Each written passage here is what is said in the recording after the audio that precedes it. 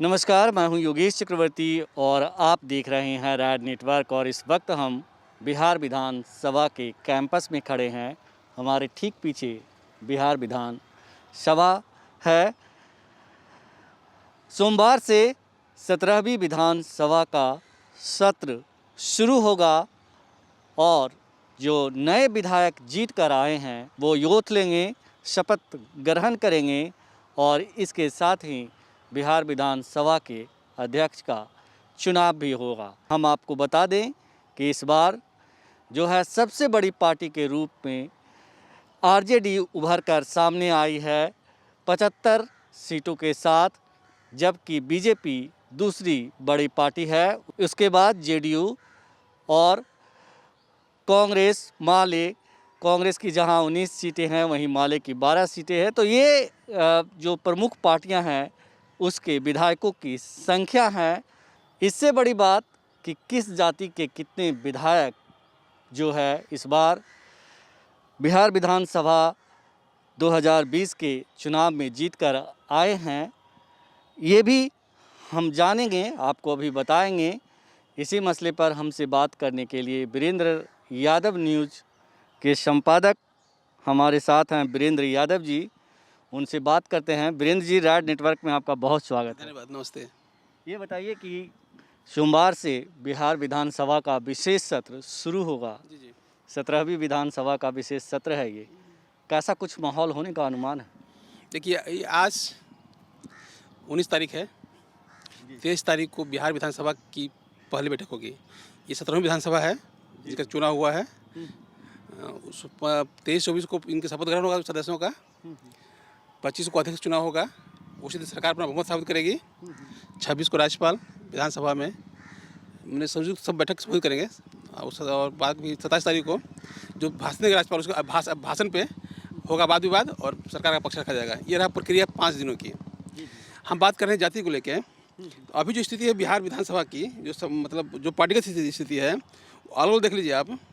अभी आरजेडी के 75 विधायक हैं, भाजपा के 74 विधायक हैं, माले के 23 विधायक, सॉरी जदयू के 43 विधायक हैं, कांग्रेस के 19 विधायक हैं, माले के 12 विधायक हैं, हम के 4 विधायक हैं, वीआईपी के 4 विधायक हैं, सीपीआई के 2 विधायक हैं, सीपीएम के 2 विधायक हैं, लोजपा के 1 विधायक हैं, बसपा के 1 है और निर्दलीय 1 हैं।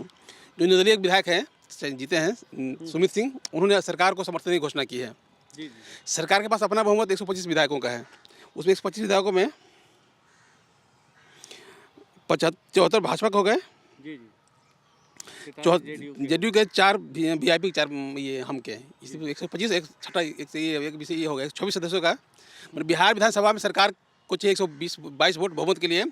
उसका सभी मात्र 4 वोटों का बहुमत है। मतलब 26 वोट उसके 126 वोट विधायक का समर्थन प्राप्त है भाजपा सरकार को, नीतीश सरकार को। नीतीश सरकार में इस बार पहली बार हुआ है जब नीतीश सरकार में नीतीश छोटी पार्टी के नेता हैं और भाजपा बड़ी पार्टी है, जिसके 2 उप मुख्यमंत्री बनाए गए सरकार मतलब इस सरकार में। बात रही जहाँ तक जाति की लेकर, तो बिहार की राजनीति में जाति एक बड़ा फैक्टर होता है कि किस जाति का कितना विधायक जीत के आया है, किस पार्टी के में किस जाति कितने विधायक हैं। यह भी अजब चीज़ है बिहार में। बिहार में लोग जाति की बात ज़्यादा करते हैं, पार्टी की बात कम करते हैं। विकास की बात कम करते हैं, विकास जाति की बात ज़्यादा करते हैं। यहाँ कि हर आदमी को चाहिए जाति का विधायक, जाति का मुखिया, जाति का प्रधानमंत्री, जाति का मुख्यमंत्री। ये वोट होता है जाति के बेस पे, उसमें पार्टी तो सिर्फ एक मतलब आवरण होता है, हर कुछ जाति के आधार पर होता है। तो हम बात करते विधायकों की संख्या को लेकर, तो इस बार विधायकों, पिछली बार विधानसभा जो विधानसभा खत्म हो गई, 16वीं विधानसभा 17वीं शुरू हो रही है, दोनों विधायकों के स्वरूप थोड़ा चेंज आया है। पिछली बार यादव सबसे बड़ी पार्टी थी, यादव पार्टी विधायक सबसे ज़्यादा, आज भी सबसे ज़्यादा संख्या उनकी है। लेकिन पिछली बार 15, अभी जो अंतर है, अभी देखने पर जो अभी जो वर्तमान विधायक की स्थिति है, यादव 52 हैं, राजपूत 28 हैं, बनिया 24 हैं, भूमिहार 21 हैं, मुसलमान 19 हैं, गैर बनिया अति पिछड़ा 19 हैं, कोयरी 16 हैं, ब्राह्मण 12 हैं, कुर्मी 9 हैं, कायस्थ 3 हैं। सुरक्षित सीट पे 40 जीत के आए हैं।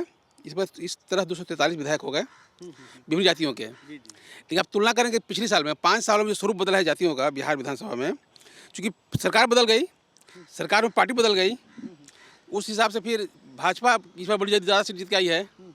तो आरजेडी का जदयू का सीट कम हो गया है, उस वजह से जातीय स्वरूप भी बदल गया विधानसभा का। तो 15 में जो था यादव थे 61, उस समय 15 में आरजेडी, जदयू और कांग्रेस सरकार बनाए थे, मतलब लड़े थे चुनाव। उसमें यादव 61 से जीत के आए थे, इस बार 52 आए हैं। 2015 में राजपूत थे 20 सदस्य। इस बार चूंकि समीकरण पार्टी बदल गई है, भाजपा का प्रभाव बढ़ा है, तो विधायक 28 हो गए हैं। पिछली बार राजपूत थे 20, इस बार 28 हो गए हैं। बनिया पिछली बार 16 थे, इस बार 24 हो गए हैं। चूँकि भाजपा को मानते हैं कि बनिया का पार्टी है, तो इस बार पिछली बार 16 विधायक थे, मतलब बनियों के इस बार 24 हो गए हैं। जो भाजपा का असर प्रभाव यहाँ दिख रहा है। इस बार आरजेडी ने भी काफ़ी बनियों को टिकट दिया था, इसलिए अभी बनिया काफ़ी जीत के आए हैं। माले ने भी 2 बनिया के टिकट जीत के आए हैं। विभिन्न कारणों से बनिया की संख्या बढ़ गई इस बार। भूमिहार की संख्या पिछली बार 18 थी, इस बार 21 हो गई है। अब मुसलमान पिछले 24 थे, इस बार हो गए हैं 19, उनकी 3 संख्या कम हो गई है। गैर बनियाती पिछड़ा 17 थे पिछली बार, इस बार 19 हो गए, उनकी 2 संख्या बढ़ गई है। कोयरी पिछली बार 20 थे, इस बार 16 हो गए हैं। ब्राह्मण पिछली बार 11 थे, इस बार 12 हो गए हैं। कुर्मी पिछली बार 12 थे, इस बार 9 हो गए हैं। कास्ट 3 का 3 है। अब देखिए कि पिछली बार कोयरी, कुर्मी और यादव जो एक त्रिवेणी संघ हुआ करता था पहले पिछली जातियों में, उन तीनों जातियों की संख्या घटी है। मतलब कोयरी की संख्या घटी विधायकों की, कुर्मी की भी घटी है और कोयरी की घटी है, कुर्मी की और यादव की सब घटी है। पिछले बार यादव की संख्या 61 थी, इस बार 52 पे आ गए हैं। कुर्मी पिछले 12 थे, इस बार 9 पे आ गए हैं। कोयरी 20 में घट के 16 पे आ गए हैं। वजह क्या है कि जब पार्टियों का जो ढांचा है ना, जैसे जदयू बहुत सीट हार गई, भाजपा संख्या ज़्यादा बढ़ी, इसलिए उनके सवर्णों की संख्या और बनियों की संख्या बढ़ गई है। चूँकि जाति का जो खेल है, उस भाजपा का जो डोमिनेशन है बनिया ब्राह्मणों पे है, सवर्णों पे है। मैं आपको रोकना चाहूँगा वीरेंद्र जी, आप कह रहे हैं जाति का खेल है। जाति का खेल में यादव जो कास्ट है वो डोमिनेटेड कास्ट है, इसकी संख्या बहुलता पूरे बिहार में है, बिहार के हर कोने हर गांव में है। क्या जो बाकी दल हैं आरजेडी को छोड़कर, आरजेडी के सबसे ज़्यादा विधायक जो है यादव चुन के आए हैं 52 विधायकों में, क्या बाकी जो पार्टियां हैं वो यादव को टिकट देने से परहेज करते हैं या कम टिकट देते हैं? मतलब परहेज ही हुआ वो नहीं, इसको आप जी। परहेज नहीं कर सकते हैं। तो क्या वजह है कि इन लोगों में जो संख्या है बाकी पार्टियों में वो आधा से भी कम है इनकी संख्या यादवों की? वजह क्या है कि बिहार की फिर बात करें, बिहार में राजनीति में पार्टी से ज़्यादा हावी होती है। क्योंकि लोग ये माना जाता है कि जैसे यादव मतलब आरजेडी यादव की पार्टी है, यादव डोमिनेट पार्टी है, मुसलमानों की पार्टी है। अन्य जातियों के लोग भी इसके यहाँ विधायक जीत रहे हैं, उसमें बहुत सारे विधायक जीत रहे हैं। और हर चुनाव में जो जितना स्ट्रेंथ होता है विधायकों का आरजेडी का, उसमें लगभग आधा यादव विधायक होते हैं। 2010 में अगर संख्या 22 थी यादवों की, यादव विधायकों की, उसमें 11 आरजेडी में ही थे।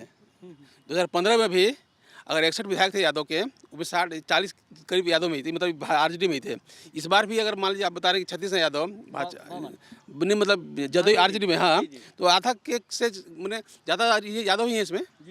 मैंने जो स्ट्रेंथ आरजेडी का है विधानसभा में 76, 74, 75, तो 36 है, लगभग आधा। मैंने पूरी कैपेसिटी जो विधानसभा में यादव आरजेडी की होती है, उसमें आधा तो यादव ही होते हैं। संख्या बेसी हो तो संख्या घटे तो, जैसे 10 में संख्या 22 मात्र थी आरजेडी की, विधायक 11 यादव थे। 2000 पिछली बार 80 विधायक थे आरजेडी के, यादव की संख्या 41 थी।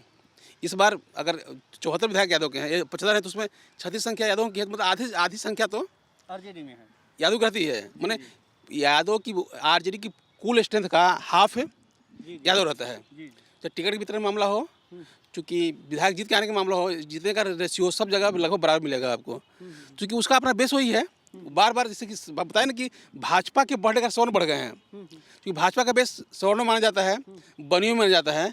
इस वजह से भाजपा की संख्या बढ़ गई, मतलब भाजपा में क्या आने की वजह से बनिया की संख्या बढ़ गई, स्वर्णों की संख्या बढ़ गई। अब देखिए हम पता है कि 3 जातियाँ जो हैं, यादव, कोयरी, कुर्मी, तीनों की संख्या घटी है। उसको इसको देखिए आप कि यादव का आरजेडी बेस है और कोयरी कुर्मी का ये जदयू बेस है, या जदयू का बेस कोयरी कुर्मी है। तो चूँकि जदयू संख्या घट गई है विधायकों की, तो उसका कोयरी कुर्मी घट गया।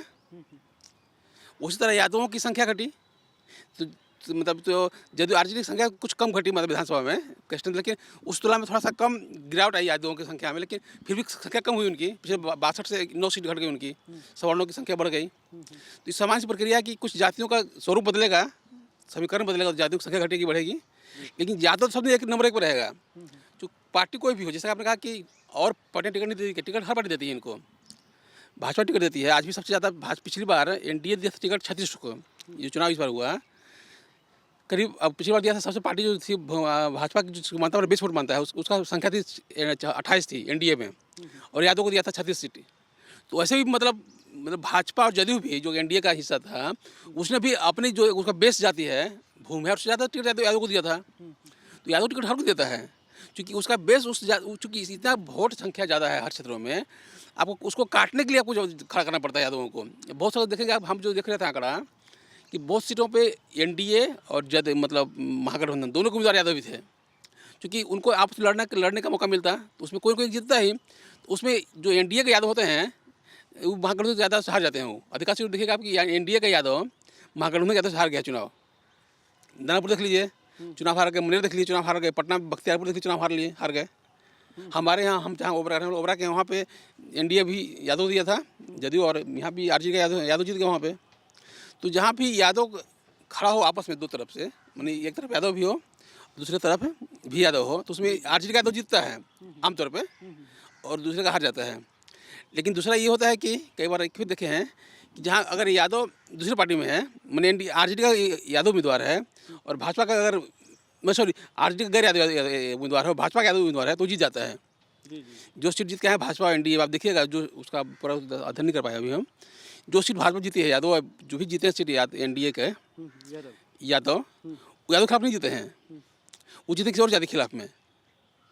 जितना संख्या 15-16 संख्या जो भी हो उनकी यादव विधायकों की एनडीए में, उसमें 2 ही 3 होंगे ना जो यादव से लड़के आए होंगे, बाकी दूसरे से लड़के आए हैं।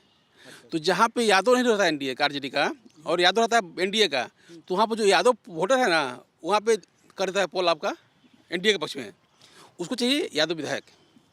एक अभी वीआईपी के विधायक हैं मिश्रा लाल यादव, वो लड़े थे अलीनगर से, वो जीत गए। वहाँ कोई ब्राह्मण खड़ा था भाजपा का, ये आज चुनाव हार गया। ऐसे बहुत सीटें हैं जैसे पवन यादव जीते हैं सब वहाँ से, कहलगांव से। उनके बेटा सदाल सिंह बेटा चुनाव लड़े थे वहाँ से आरजेडी से, कुर्मी थे यादव थे, यादव ने दे दिया वोट इनको। जहाँ यादव नहीं आरजेडी का वहाँ का यादव में वोट देता है, चाहे वो एनडीए का ही क्यों ना हो। लेकिन जहाँ दोनों में कोई यादव नहीं है तो थोक भाव से देता है वोट आरजेडी को। ठीक वही हाल सवर्णों के साथ भी है। सवर्णों में 3 जातियाँ, राजपूत, भूमिहार और लाला। राजपूत नहीं, भूमिहार, ब्राह्मण और लाला, ये भाजपा का बेस वोटर है। कोई उम्मीदवार रहेगा उसको मतलब नहीं है, वोट देगा भाजपा को अगर उसका अपना उम्मीदवार नहीं जाति का नहीं है तो। लेकिन ये स्थिति राजपूत के साथ नहीं है। राजपूत कन्फ्यूज कास्ट है, वो देखता है कि समीकरण क्या बन रहा है, कहाँ बन रहा है, उसमें हम कहाँ सेफ होंगे, वो पार्टी देखता है, वो देखता है लोकल लेवल पे कि हम कहाँ सेफ ज़्यादा देखेंगे, वहाँ चला जाता है राजपूत। अपना हित मतलब वो जो है राजपूत पहले देखते हैं। लोकल नहीं, उसको देखता है अपने लोकल समीकरण में देखता है, उसके लिए बिहार नहीं देखता कि सीएम कौन बनेगा। अगर यादव पोल करता है तो सोचता है सीएम तेजस्वी को बनाना है, या जो एनडीए का जो वोटर है पोल करता है सीएम नीतीश को बनाना है। उसमें राजपूत का है कि सीएम किसको बनने मतलब नहीं है, मेरा विधायक कौन बन रहा है, वो विधायक चुनता है।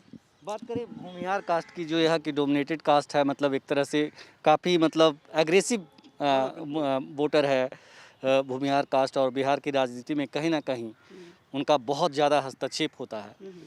तो उनका जो वोट कास्ट होता है वो किस आधार पे होता है? बेसिकली एनडीए का वोटर है वो।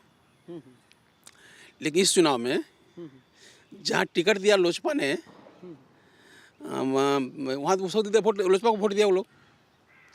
अगर वहाँ भूमिहार उम्मीदवार नहीं था मतलब एनडीए से, तो उसको कोई प्रतिबद्धता नहीं थी वोट दिया। जहाँ था भाजपा का उम्मीदवार, जहाँ उम्मीदवार एनडीए का था, एनडीए भाजपा का था, वहाँ तो दिया वोट भाजपा को, एनडीए भाजपा को। लेकिन जहाँ भाजपा का उम्मीदवार मतलब एनडीए का उम्मीदवार, जेडीयू का उम्मीदवार मतलब वहाँ उसने पोल नहीं किया, उधर दिया लोजपा को। तो लोजपा ने ऐसा भ्रम बनाया कि भाई हम भी तो भाजपा के हम ही हैं, वो तो फर्जी है। मैंने जदयू उम्मीदवार, लोजपा ने भ्रम बनाया या बीजेपी के इशारे पे भ्रम? अरे तो जनता तो सीधी चली ना, जनता को लगा ना कि इशारा कोई किया हो, पब्लिक क्या लगा भाई तो भाजपा का तो टीम यही बी टीम है, जदयू नहीं है, या हम नीतीश को निपटाना है तो भाजपा को नीतीश को हराना है, हो सकता है भाजपा की अपनी रणनीतियों को नीतीश को कमजोर करना है, ये भी हो सकता है। और जैसे चिराग कहते थे बार बार हम तो भाजपा के एजेंट हैं, हम तो भाजपा के मतलब क्या हनुमान हैं, उनका हनुमान मतलब कि उन्होंने दिखा दिया, नीतीश का लंका में तो आग लगा दिया उन्होंने। आज नीतीश जो सबसे बड़ी पार्टी थी, नीतीश के 72 उम्मीदवार चुनाव हार गए हैं, मात्र जीते बाकी 72 हारे, 43 जीते। आप कल्पना कीजिए कि अब मैंने आधा करीब 1.5 चुनाव लोग हार गए नीतीश कुमार का उम्मीदवार। उसकी बड़ी भूमिका उसमें आरजेडी इसका लोजपा की भी थी, तो नीतीश को कमजोर कर दिया ना। आज नीतीश कुमार को 2-2 ड्यूटी रखना पड़ रहा है मजबूरी में। कल तक नीतीश कुमार के मन से सरकार बनती थी, अब नीतीश कुमार सिर्फ मंत्री बने हैं, बाकी मन सब भाजपा का है। क्या पूरा लगता है नीतीश जी के बात आपने छेड़ दी है, हम लोग कास्ट पे बातचीत कर रहे थे लेकिन आपने नीतीश जी की बात ला दी है।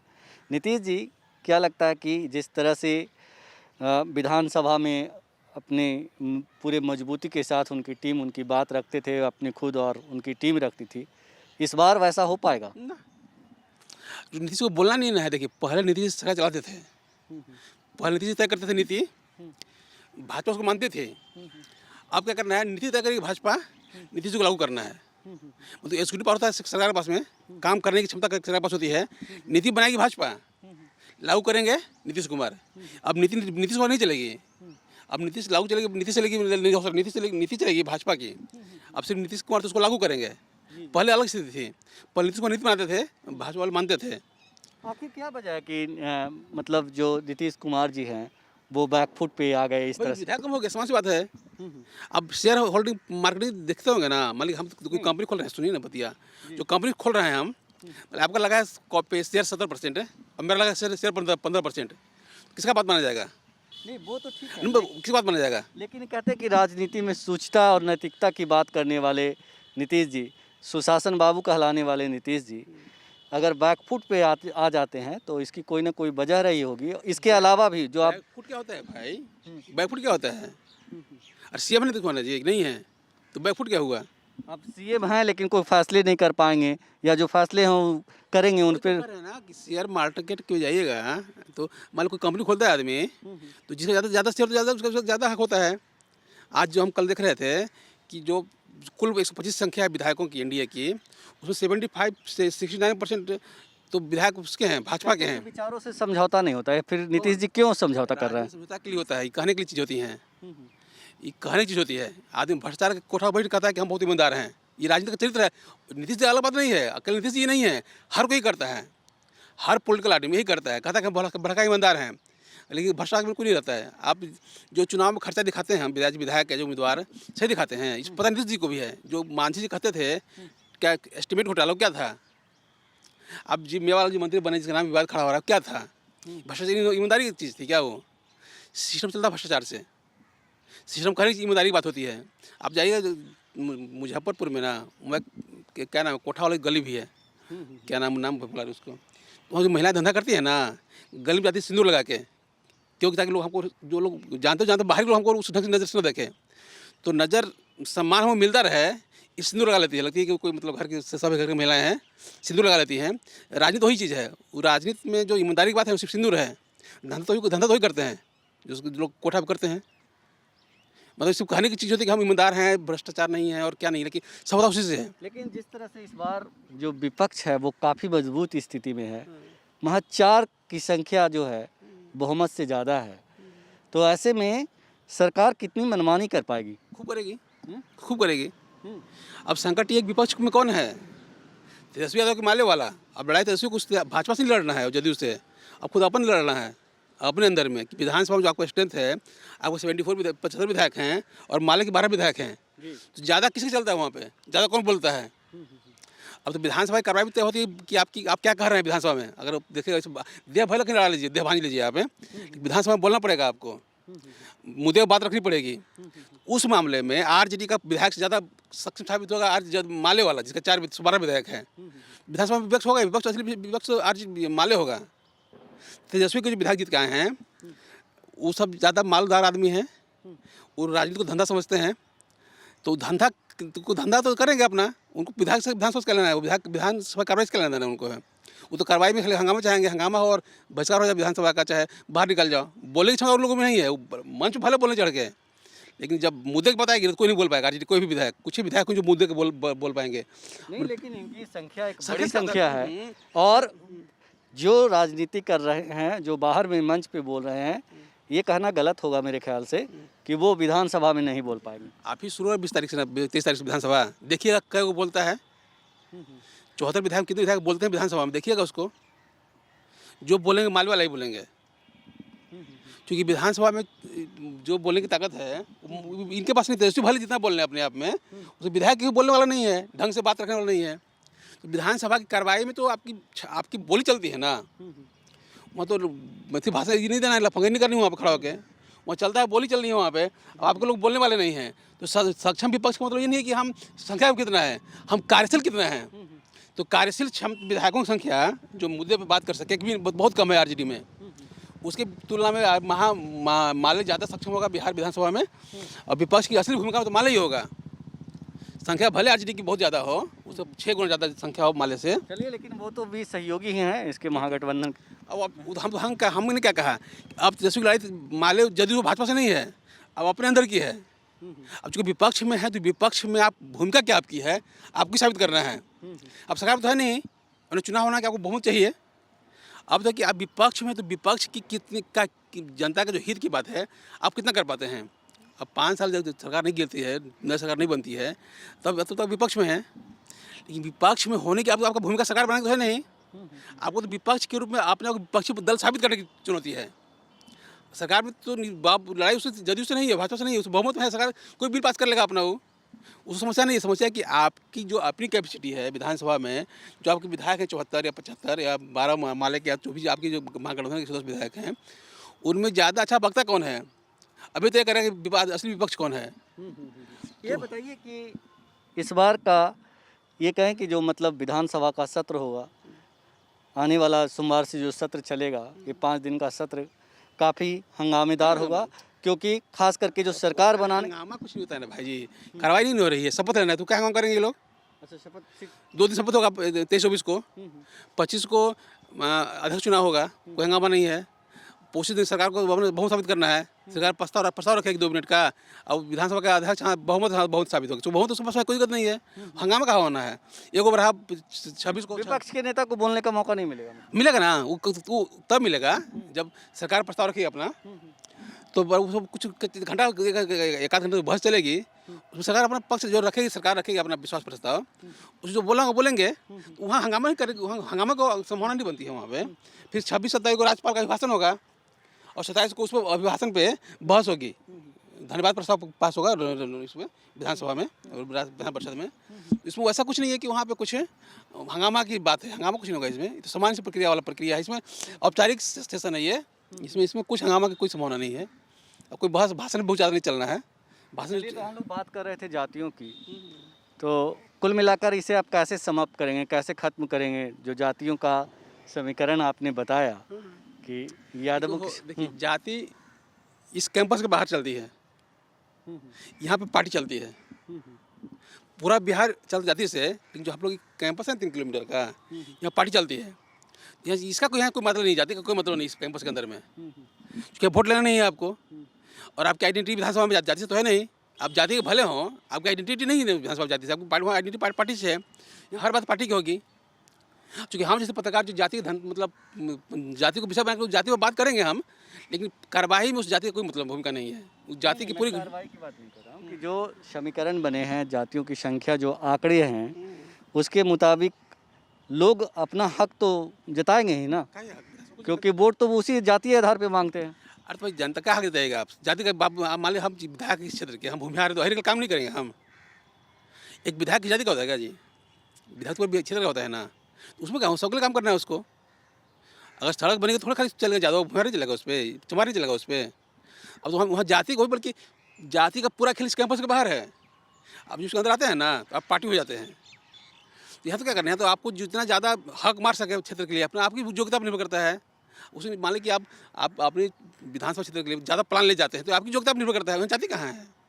चलिए, तो सरकार जो मतलब बहुमत हासिल करेगी, अपना जो है रूपरेखा रखेगी, कैसे हम सरकार चलाएंगे, क्या करेंगे, ये तो बताएगी ही सरकार।